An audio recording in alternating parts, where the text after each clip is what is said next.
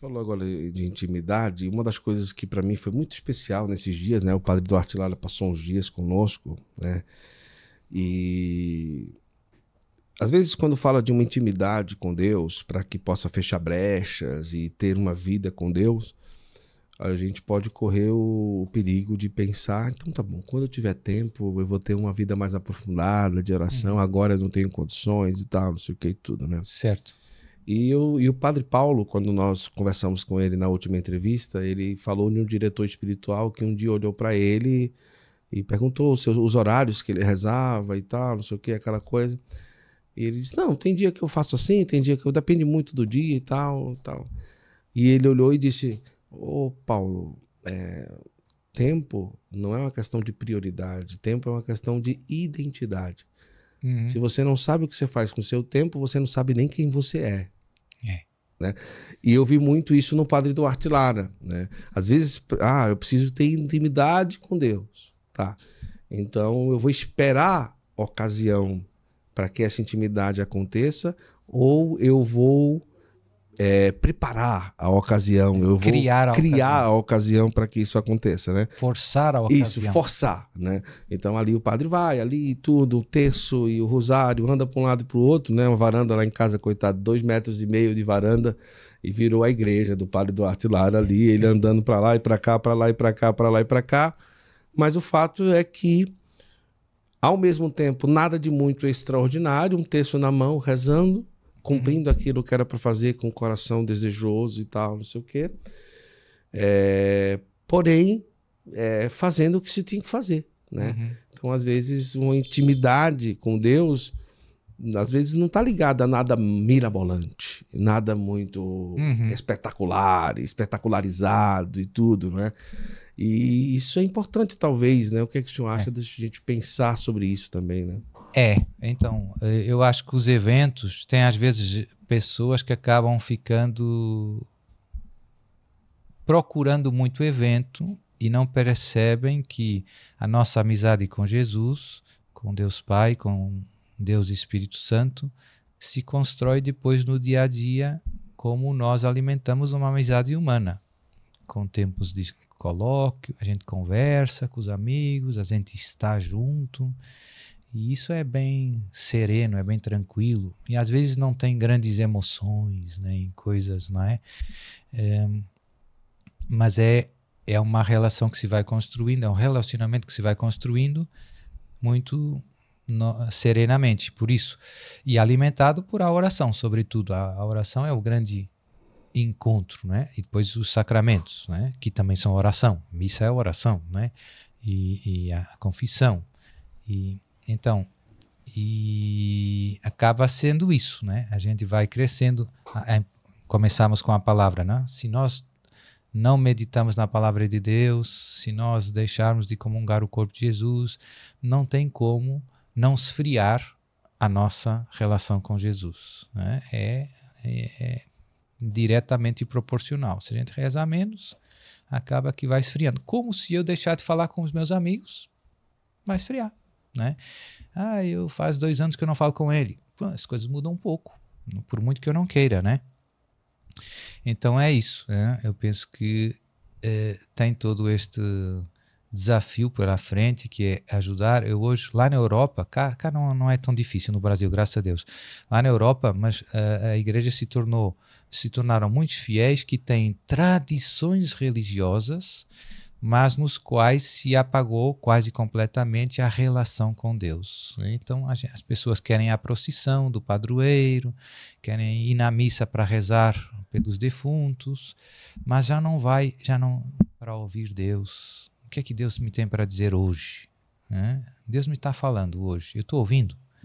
Então, isso é o ponto mais importante, é o tal diálogo entre os amigos. E isso acontece pela fé, né? Tem que ter fé. Se a fé se apaga, não há mais.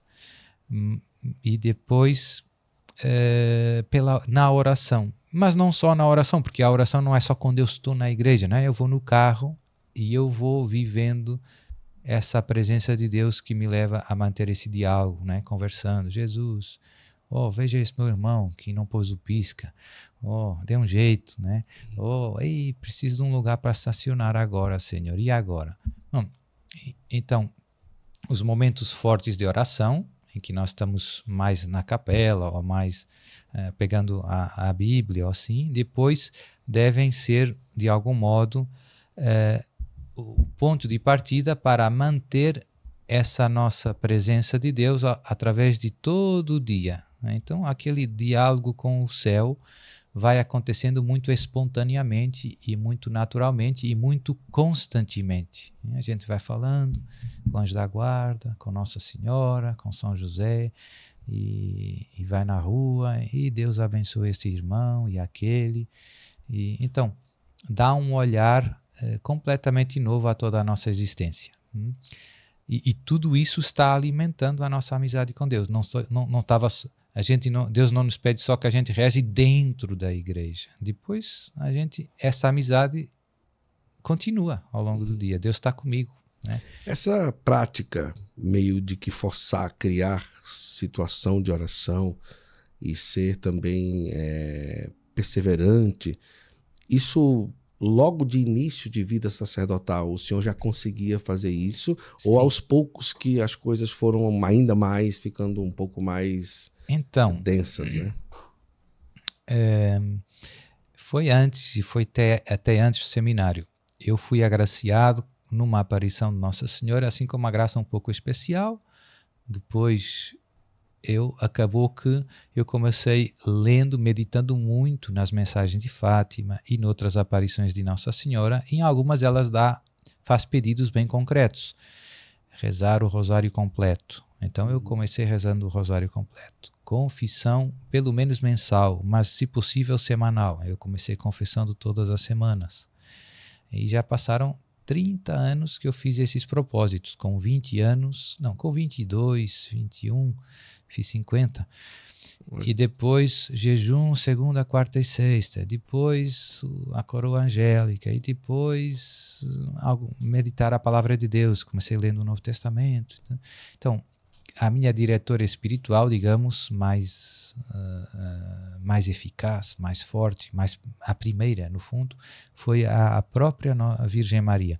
E então, eu, por graça de Deus, tenho sido perseverante nesses propósitos. Então, se tornaram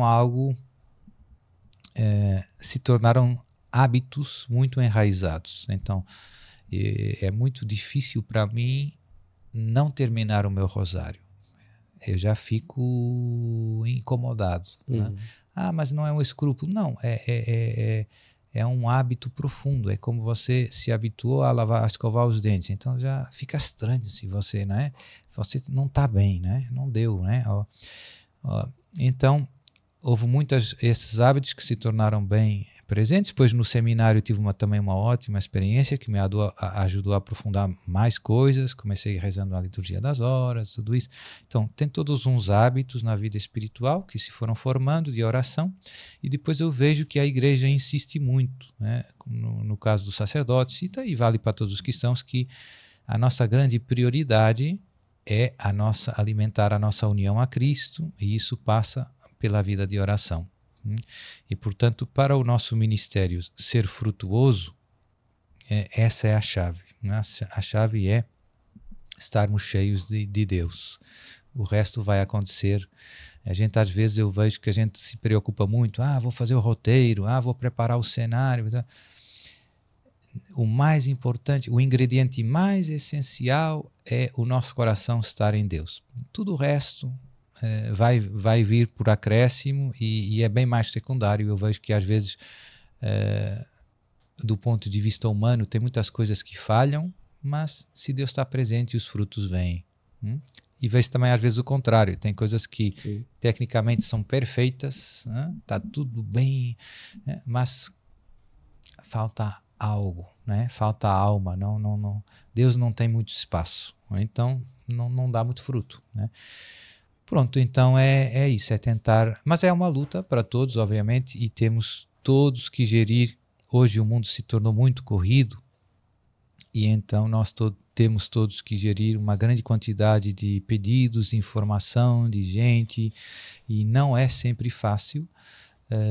Portanto, esta luta por defender ter a ordem das nossas prioridades bem organizada é uma luta, né? Então eu tenho que me esforçar para ver quando celebro missa amanhã, porque às vezes estou missão, né? E se eu tiver pouco cuidado, acabaria escapando. Sim. Graças a Deus até hoje não escapou, né?